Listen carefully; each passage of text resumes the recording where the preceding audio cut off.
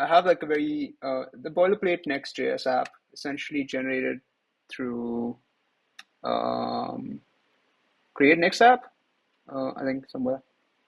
Yeah, basically create next app, and just pick the defaults. And I have this app running over here. This is the default Next.js template with app directory. There's also an option for pages directory, but I think most new apps are going to use app directory anyway, so I'm going to stick with that. Um, yeah, and I also have open the SuperTokens documentation for social login, which we call third party, and email password. In the documentation, we have like a bunch of options um, where we have the pre-built UI and the custom UI. But for Next.js, we have like a separate integration section where we talk about just Next.js specific integration, and we have options for both pre-built and custom. But we're going to go with pre-built UI for this video. Right, and we also have like the pages dir and the app dir. But since I'm using app dir, that's the section that I've opened up. So the first step is to install the SDKs. So we have a backend SDK and front SDKs, and this is just cores. And I've already done that using npm, so that it takes like a minute. So don't waste that time in the recording. But yeah, this is sort of already done. The next thing is we want to configure the SuperTokens configuration on the front end and back end. So there's the app info object, which is sort of common to both the backend configuration and the front end configuration. And it contains this information which we can sort of copy from the website. So the website has like the helper, a form where I can enter my details. So because I'm using Next.js API routes for this, I check on this, and so my Next.js will run on local 3000, which is basically over here, and my API routes will be on API/auth. So the API is essentially the Next.js API, and then /auth is just the prefix to isolate the APIs that we have. And then website-based path, that's the path on which we're going to show the login UI. And we just choose /auth so that when the user visits localhost/auth, they're going to see sort of a pre-built UI there. And then I click on submit, and then what I get is sort of a configuration I can copy and paste. So I'm going to start by creating this file, this folder and file in my app directory. So it's app config and appinfo.ts. So yeah, all right, and just copy that in there. Cool. So this will essentially tell SuperTokens front SDK where it needs to query for the sign-in routes. So it's going to query localhost 3000 /API/auth/sign-in. And we're going to come to the backend configuration part, like exposing those API routes in just a moment. But we start with the front end first, though. The next thing to configure is the front end configuration itself. So what this does is we have essentially, this is sort of the main part of the configuration on the front end, where we're telling SuperTokens that we're going to use social login with Google, Facebook, GitHub, Apple. Well, maybe I'll just use like Google for this demo. But you can add these as well. And we're going to use email password along with session management. So this sort of tells the SDK all the different features that it needs to render on the pre-built UI. And we're also going to integrate with the window handler to use the next router, essentially. So yeah, so that when the user clicks on forgot password, for example, the route change happens using next router, which is nice because it does not require a full page reload. So I'm going to create this config.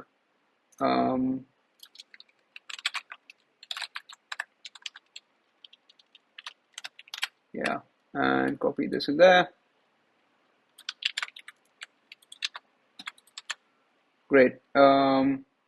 So yeah, and this imports from the earlier app info file we created, and sort of the app info goes as part of the configuration.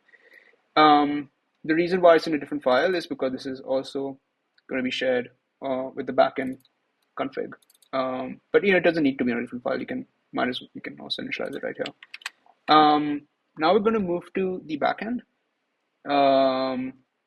And do a similar thing. We're going to create a backend config and tell the backend all the different sort of features we want. So here we're going to give it email password. So it's going to know to expose the email password API routes to the front end, social login routes, and then the credentials for Google, GitHub, and Apple. And these are sort of development credentials that we have that you can use. But you want to generate your own credentials for production use, and you can do that through the dashboard, like the Google, GitHub, or Apple dashboard. And then finally, session management is something we want as well. So I'm going to go ahead and create this file now.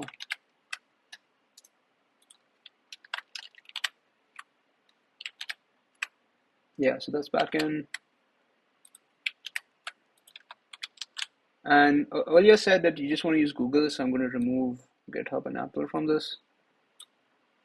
But you can keep those if you like. Yeah, and also on the front end, I just want to render Google, not these things. So yeah, so we have the backend config and the front end config. On the backend, we essentially use the SuperTokens SDK, SuperTokens Node SDK, and we want to call the init function with this config essentially. One part of the config is the SuperTokens core, the location of that, and this is like a demo server that we have that you can use for development purposes. But we will come to the part later in the video where we'd actually deploy our own instance of the core and then replace this with that. But for now, this is fine. And then we go to the next part, which is we go back to the front end, and we actually want to use the init, right? So on the front end, we just have sort of this object that's returned, but we need to pass this into the SuperTokens SDK. So that's what step 6 essentially is. So we're going to create a SuperTokens provider, components, SuperTokens provider. So it's going to be an app components. Yeah.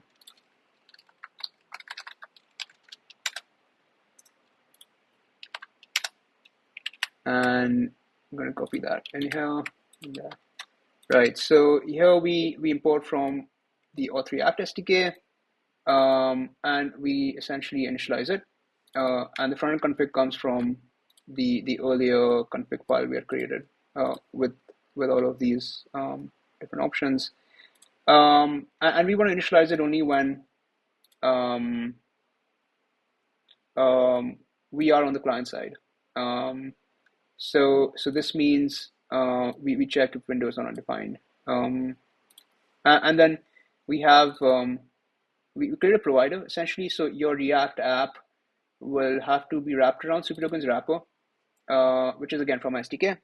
And what this wrapper does is it provides session context to your app. So your app can sort of use this to know if the user's logged in or not, and if they are logged in, then what the access token payload and stuff is. We also set the router. Sort of we use the use router from Next, and we set the router in the SuperTokens config, so that when SuperTokens wants to change your path, it'll basically use the router from Next.js.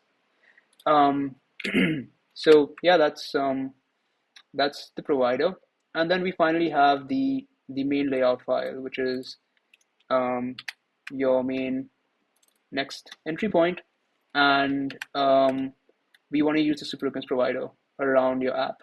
So I'm going to import this, and then essentially wrap the body with yeah, SuperTokens provider. Right. So that sort of finishes our configuration, and there are lots of other options. We have different types of login methods. So this is just email, password, and social, but we have like passwordless, and we have MFA, and lots of other kind of features. We also have a dashboard, which I want to show later. So I'm going to initialize that as well.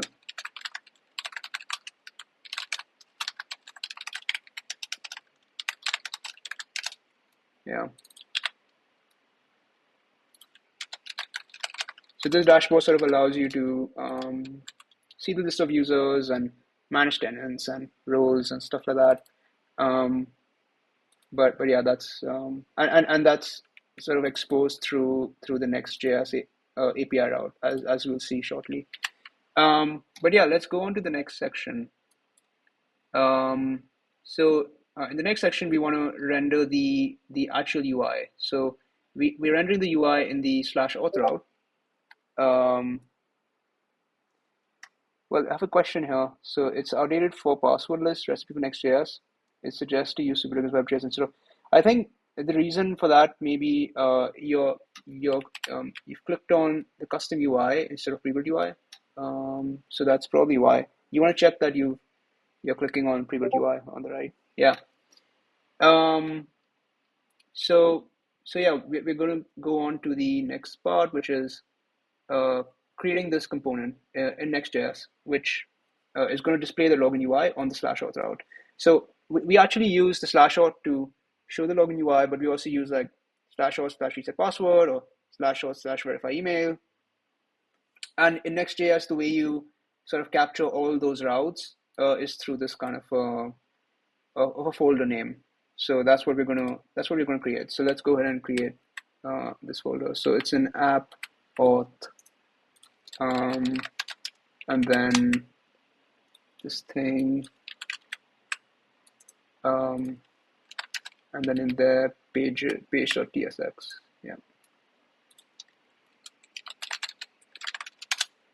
Yeah, I think that's correct. Okay, and we're going to copy this and paste it in here.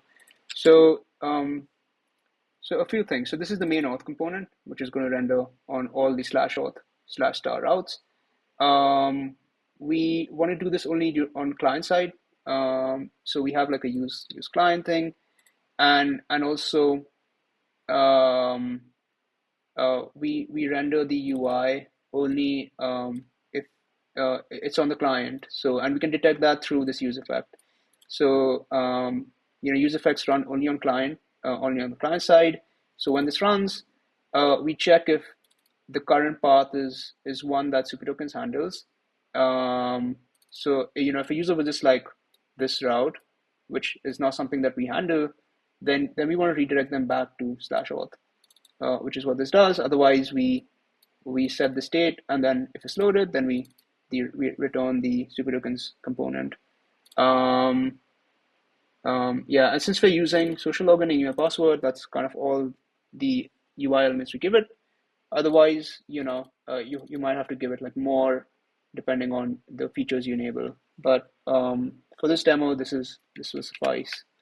And yeah, let's try and visit the auth page now and see what happens. So yeah, awesome. As we can see, we have the login UI here. The background is black because I think that's sort of the CSS configuration that we have for like the entire app. But I'm going to let that be. Let's try and change. Let's try and change this to black as well. So if we go back to the docs, there is a section on styling.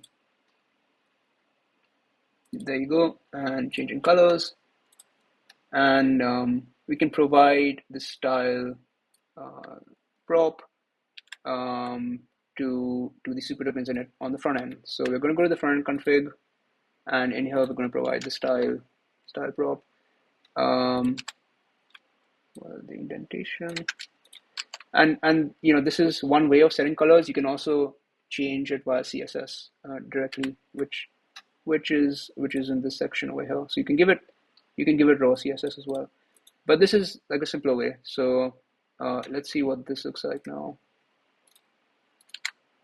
Yeah, that looks better, but we want to also change this color. So I think it's called primary.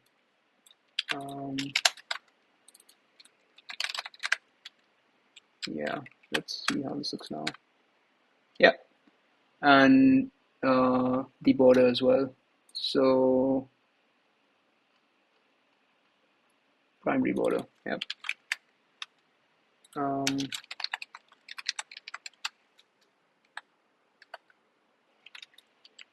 Let's see what I'm not sure if this is going to look nice, but okay. We probably need some. let's copy this one. That's a bit too faint. I don't know. I'm just going to try and find something that looks halfway decent here. Background color, border color. Yeah. Let's see. Yeah, that looks fine. So this is 151.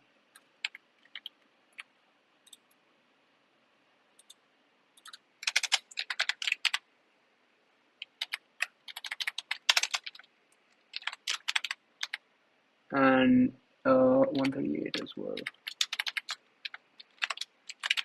Yep. Let's see how. Okay, all right. So this didn't look too bad, but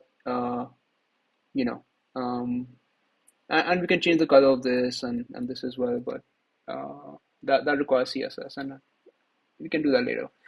And then there's the sign in, sign up form, and forgot password. Yeah, the input box might have to be a better color. Let's change the input box color.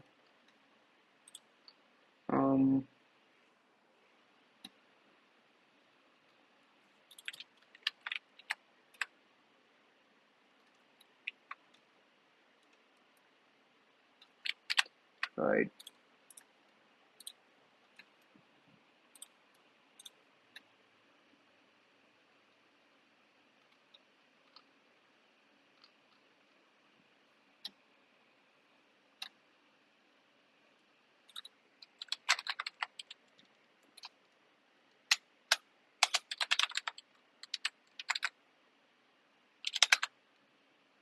Wait a second. Why is this not going to select the right element? Nope, I am. Oh yeah, okay, there you go. No, but this is not the right element. Oh, I have to use background color, right? Okay. Let's set it to white for now. It's just easier. Okay, so I'm just going to set it to white.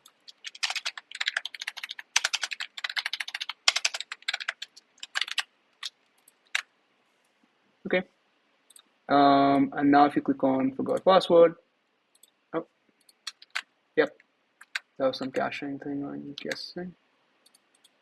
Oh, this is the right. There's probably a different CSS for when it's selected.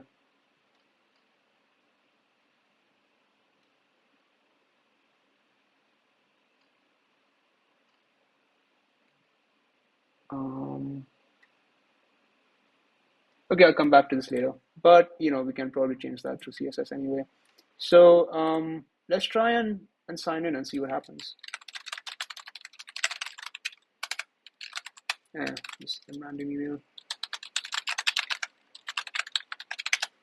So you see, we get this error, and let's open up the network and see why we're getting the error. So we get 404, and this is happening because we haven't added the backend SDK into the backend, the API routes. So let's, if we go back to the guide, right here. So we're done with sort of the front end setup, but the next one is adding API routes. So let's follow this. So we're going to create an API folder, and earlier in the demo we said that the backend config is going to have the app info will have API base path slash API slash auth. So we're going to create slash API slash auth, and then again this path here, which indicates that any sort of wildcard after this is going to be handled by this route. So we're going to go ahead and create this. So API auth, and then this thing.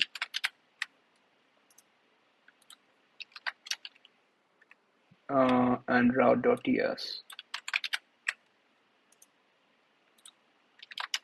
Yep. Let me just make sure this is correct. App API auth path route.ts. Yeah, that seems fine. And I'm going to copy this and paste it in here. So what this does is we're initializing the backend SDK for one, and this sort of goes to a backend config that we created early on in the video, where we call SuperTokens init on this stuff. And this is just boilerplate that you can copy paste. But what this does is, whenever you get like any of these requests to the slash auth slash star route, it's going to basically hand it over to the SDK, which will respond and do its thing and respond.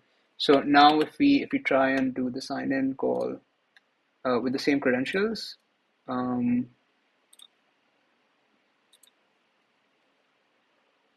you see that we get a 200, and if you look at the preview, it just gives you wrong credentials error, and that's kind of displayed over here in the UI. So that means we have the backend working as well. Now, the backend is connected to, the Next.js API backend is connected to this try SuperTokens. So when the backend gets a request for sign in or sign up, it essentially does input validation and then queries the core, which is basically this guy over here.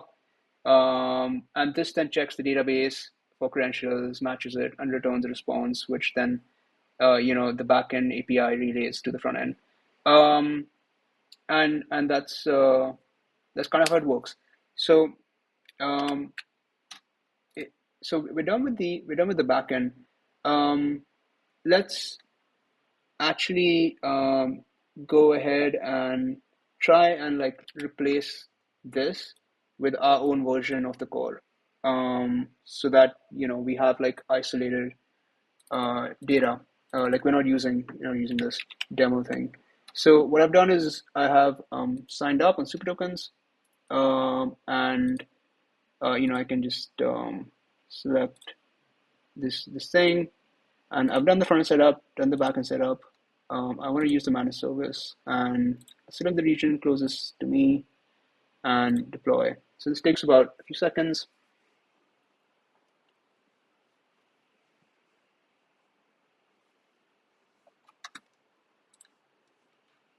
Yep, and we have a development environment here and a production one, which is not yet deployed, but I can do that whenever I'm ready. So for now, we're just going to go ahead and copy the credentials here for the development environment. So we're going to replace this with this and the API key.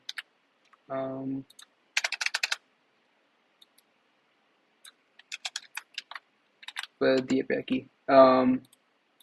Yeah, so that's and now what this does is it's going to essentially query this core, which is an instance dedicated for my application, instead of querying the demo one. Let's just try and sign in and see that we're getting back. We're not getting back something went wrong, So I'm gonna. Yep. So it seems like yeah, that's working fine as well. Let's visit the dashboard. So earlier in the video, we created we added dashboard init to the backend config. And what this does is if I visit this route here, so API/auth/dashboard, it's going to render a user management dashboard. So the first thing I want to do here is add a new user, which I can do through this curl command. I have to replace the API key with the API key from my dashboard, well, the SuperTokens.com dashboard, and add a new user. So let me just sort of modify that.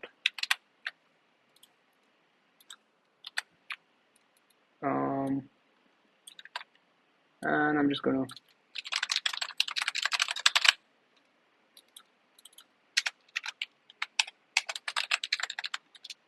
yep.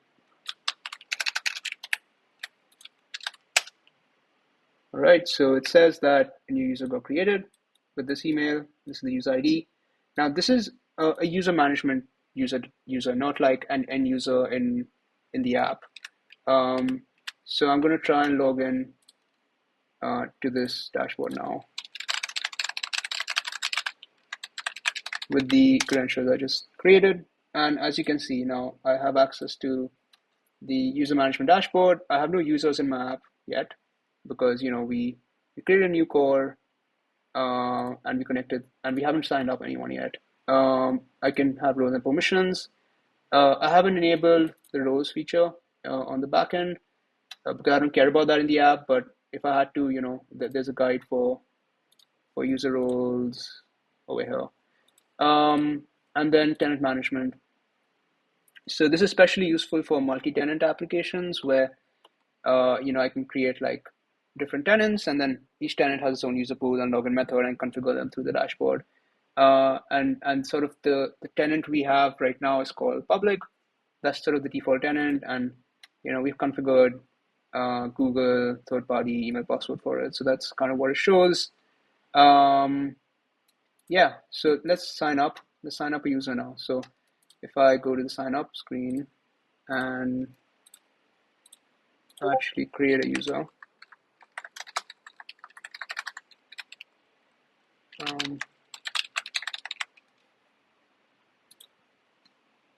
Yep, you can see I'm signed up, and it redirects me to /auth by default, which we can change. But now if I try and visit the auth screen again, it's going to basically, be like, hey, I'm already signed. I already have a session, and I can't like sort of show the auth screen. And now if you go to the user management dashboard, we can see that we have one user, so the email password login, and they have a session, and there's some metadata at the moment, unverified email, and stuff like that. Yeah, so that's one simple flow. I have a question, which is, why is it required to do a curl request to create a user instead of signing up? Yeah, I mean, we sort of think of it as the user management dashboard is something that only your team sort of will use, and it's exposed to sort of the outside world, right, through your API. So we just want to prevent people from signing up, like any random person from signing up to your user management dashboard by visiting the URL. So only the folks who have been explicitly given permission can sign in.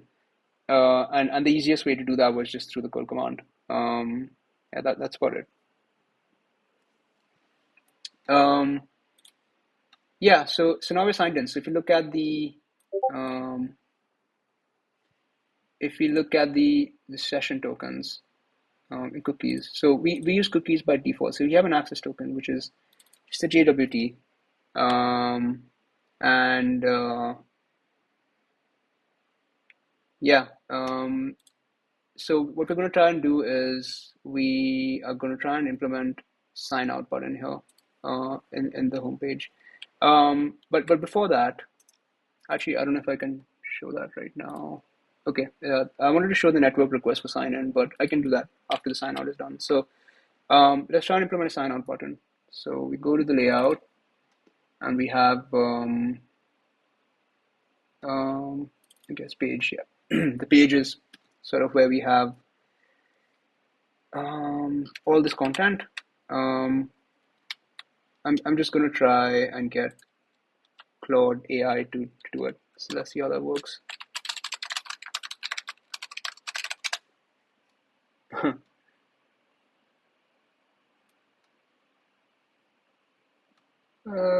Yeah, sort of right. But let's see the UI that it adds.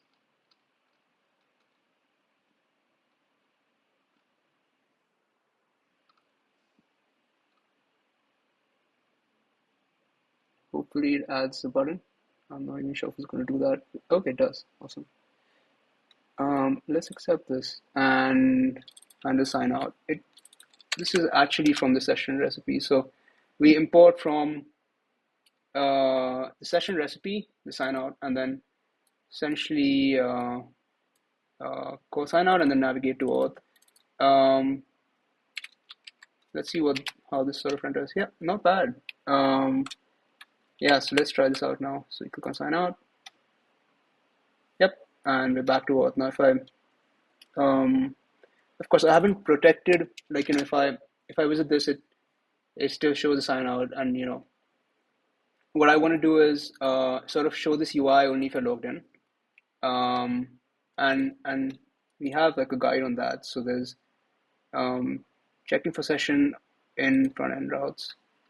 What we have is we have a session auth component. So I'm gonna import that.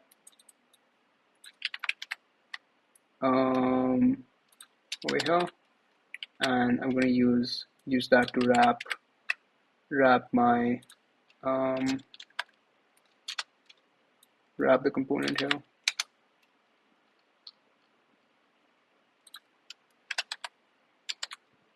And what this does is it'll basically navigate me to the auth screen if I'm not logged in, or otherwise it'll show this content. So now if I go back here and I try and navigate to this, you see it's sort of navigating me back to auth with the redirect back to the home page. So just talking a little bit more about sessions, the way that works is if I sign in,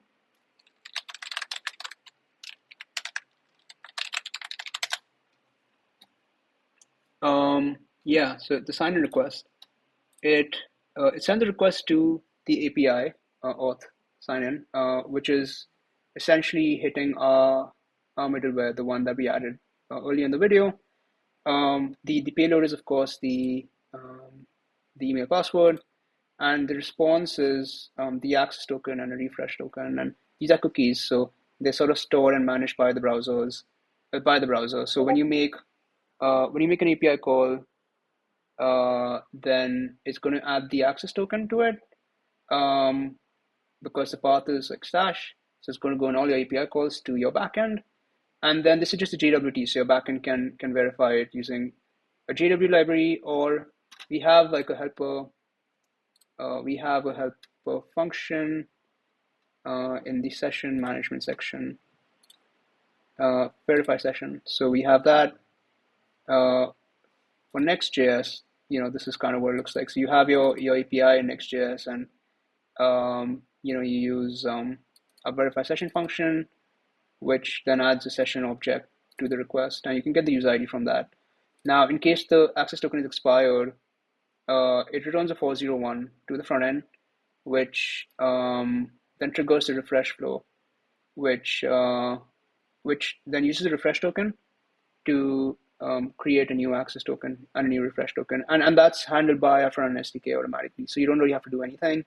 You can just use Axios or Fetch to make your API calls. You don't even have to add authorization, bearer tokens, or anything like that. The browser sort of adds the access token automatically. So yeah, that's about it. There's another question, which is session auth is client side redirection. I imagine you can do the same with server side. To redirect the user. Yeah, that's definitely possible. So for server side, what we have is if you go back to the Next.js integration. Yep.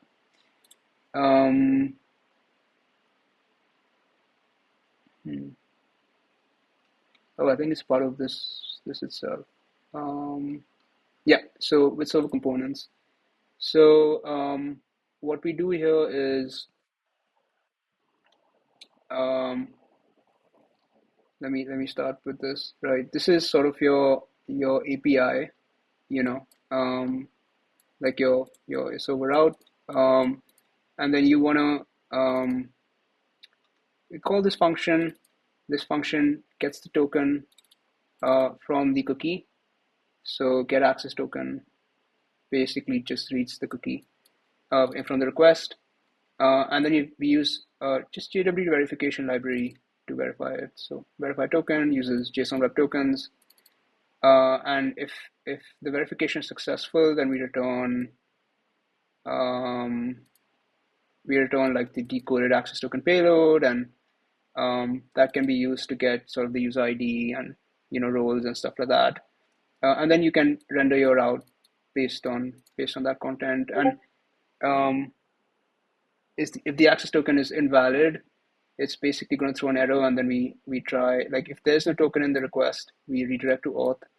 Otherwise, this means that you like you have an expired access token. So we render this component, which is defined over here, and this component refreshes the session and reloads the page basically. So then you come back here with a valid access token, and then it works. Yeah, so that's definitely possible. A follow-up question. So is the get SSR session helper something you guys expose from your package, or do you have to? Yeah, you're gonna have to copy paste this from the documentation, because this is this is just like getting the access token and using a JWT verification library to verify it. So it's easy enough. It's just the stuff, and this really never changes. So it's all right. You don't really have to think much about this. Yep. So that's SSR sessions as well. Yeah. So just to quickly recap, we sort of implemented this sign in with email password. We have seen the user management dashboard. We've seen sign out. The thing that we haven't spoken about is Google login yet. So I'm going to try and do Google login. And that worked. And the reason that worked is because we used the credentials that we have on the backend.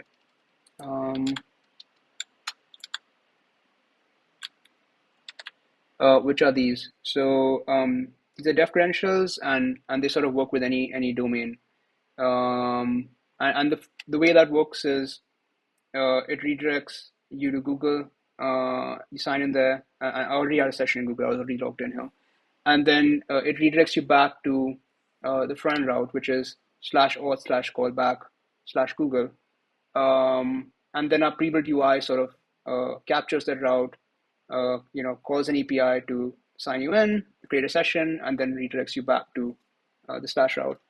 Yeah, so when you're going to create your own Google client, then on the Google dashboard you'll have to give the redirect URL, so where Google should send you back to your app, and that would be the //callback/Google route. And then once you configure that, you can also sort of put in your own client ID and client secret from Google, and then it would work as well. Yeah, so just to sort of recap, we've seen the front-end configuration, back-end configuration. We've created our own instance of the SuperTokens core and a managed service, but you can also self-host this. And then this would be localhost or something like that. We've seen recipes, so different sort of features that we want to initialize. We've seen how the front-end styling works in a simple way. We've integrated SuperTokens with the Next.js router as well. We created the UI to show the, sorry, this is the UI one, to show the SuperTokens UI. We created the auth route to handle sign in, sign up, all the different types of auth calls that happen on the front end. And then we added a sign out button, which just calls the sign out function from SDK. That's here. And then finally, we saw how we can protect your routes on the front end using session auth. Yeah, that's it for this this video. So thank you. If anyone has any questions, you can always ask.